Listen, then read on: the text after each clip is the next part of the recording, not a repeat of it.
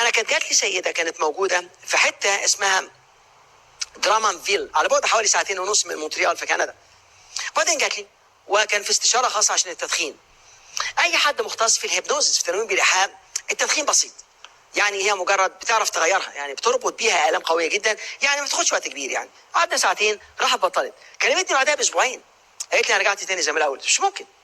رجعت ازاي؟ هنا بقى خد بالكم بيحصل ايه؟ في حاجه اسمها التقبل الاجتماعي. يعني ايه التقبل الاجتماعي؟ اصحابها كلهم بيدخنوا، خارجين كلهم، وبعدين مش عايزين يخرجوا معاها، بداوا يتفادوها. فقلت لك لا، انا عاوز تقبل اجتماعي.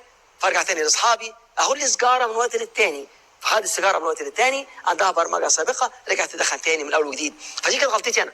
فكان لازم يحصل محيط متكامل. واحد يقوم بيدخن، يقول لك تقول له بتدخن ازاي او بتدخن امتى؟ اقول لك اول ما اقوم من النوم لازم اخد واحد قهوه وسجاره، وبعدين اخش الحمام معايا سجاره، وبعدين لما اخرج بعد ما افطر وبعدين سيجاره، وبعدين وانا في سيارتي اخد سيجاره، واول ما اروح الشغل فنجان قهوه، وبعدين مش عارف ايه وسجاره. فاصبح عنده سيجاره، اصبحت انا مدخن. السيجاره ما بقتش سلوك بقى، بقت شخصيه، بقت انا، بقت ايدنتيتي. فبقيت انا مدخن. عشان ابطل التدخين اسحب الانا دي من ايه؟ من السلوك. لان في الحالات دي لازم تعرف تفصلهم عن بعض، وبعدين تبدا تتعامل مع السلوك من جذوره. فافصل الاثنين عن بعض، فبتبدا تشتغل معاه شويه شويه. فكان لازم تتعامل مع هذه السيده في ايه؟ في التقبل الاجتماعي.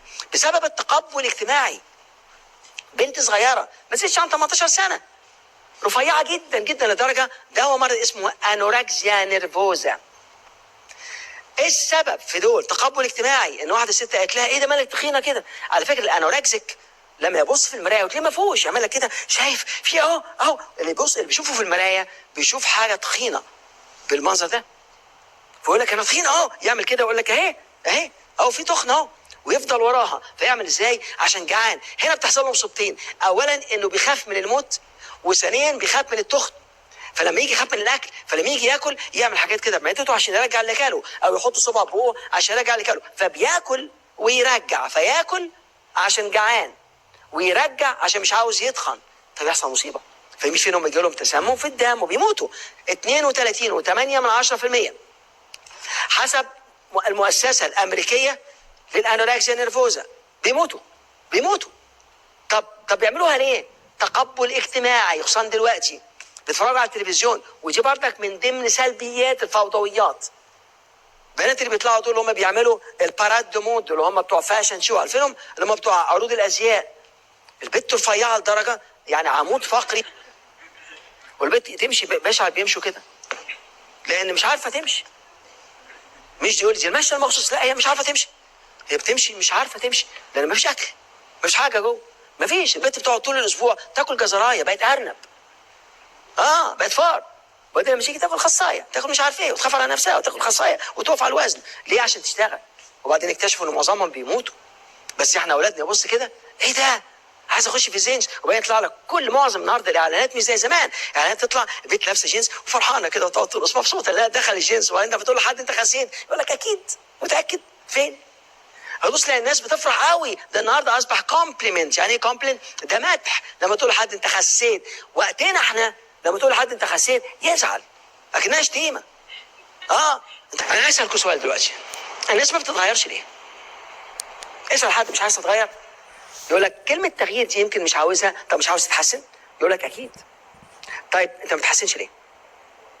هتلاقي ناس يروح فاتح لك بقه كده، ها ما انا عاوز اتحسن اهو. طب انت ما بتتحسنش ليه؟ مش عاوز تتحسن؟ مش عاوز جسمك افضل؟ اسال اي واحد وزنه زايد مبسوط. لو قال لك يبقى كذاب.